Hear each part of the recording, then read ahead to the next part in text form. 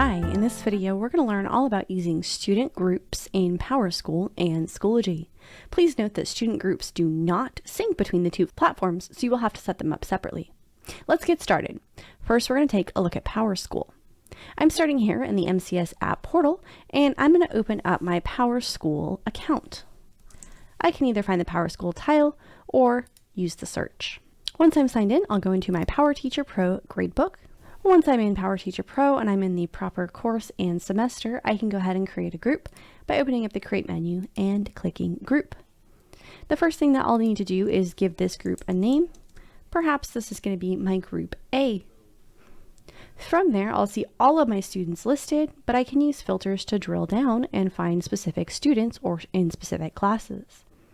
If I don't see the filter icon for any reason, I can come up into this gear here and toggle between show and hide filter.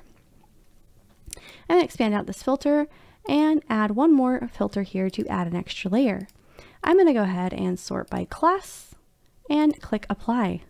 That way I'm just seeing the students in one class to make it easier to make a group for this class. These first 4 students here are going to be part of Group A, so I'll go ahead and select on them. I have a couple more things I can configure before I finish. I can come into options here and I can enter a group description. I can include notes like EL levels or any other information that informs me making this group. From there, I can decide whether or not the group will expire, and I can decide when the group starts. Maybe I'll start the first of the semester, and when it ends. In this case here, I'll have it active for all of semester 2, so I'll leave these dates and I will not check this box. I could also add a label if that would be helpful. Otherwise, once I'm done with this group, I can click Save. Now, you might be wondering why the heck you'd want to make a group like this. Once you've made this group is beneficial in all kinds of ways. The first way is when creating an assignment.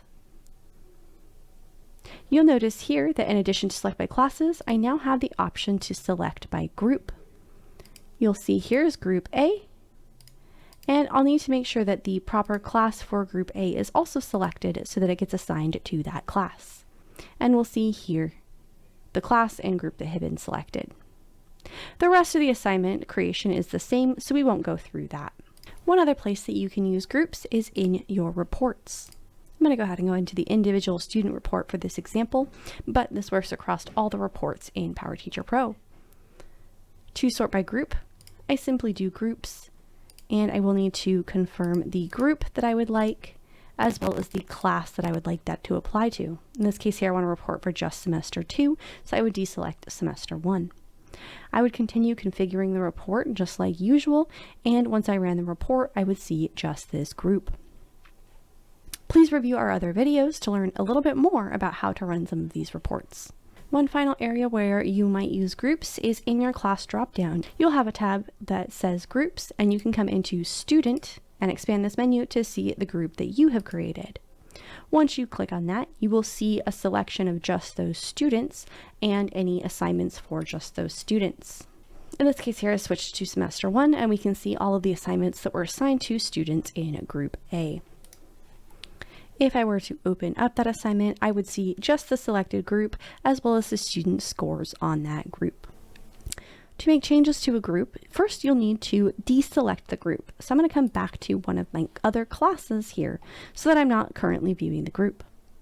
Then I'm going to go into Settings and Student Groups. To edit the group, I can click the pencil, and I can do things like change the group name, adjust the students in the group using the features we just learned about, and I can even edit the options. If I've made this group by mistake, I can go ahead and click Delete and confirm Delete. If you are currently viewing the group, you'll get a pop-up letting you know the group is currently active. Simply switch to a different course view and then confirm the delete. And that is a full how-to picture of using groups in PowerTeacher. Now let's take a look at Schoology.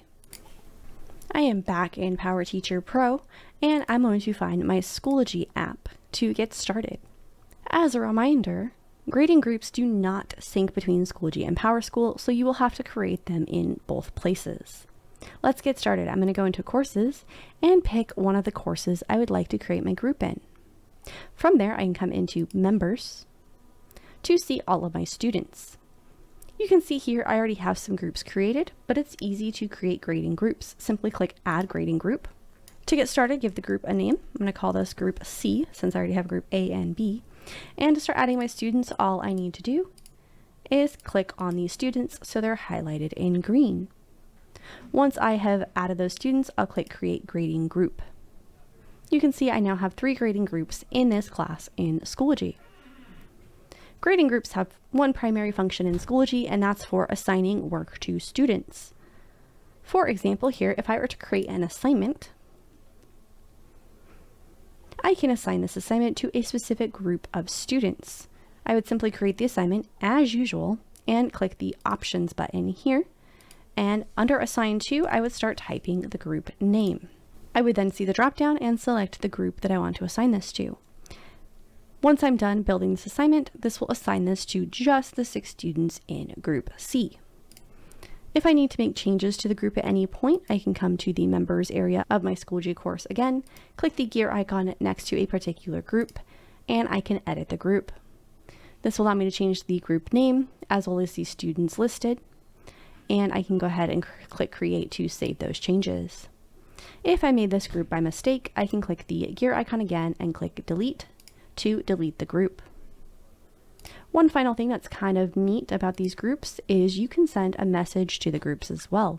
That will start a group chat between you and the students in the group so that you can have a private discussion with the students if you need to.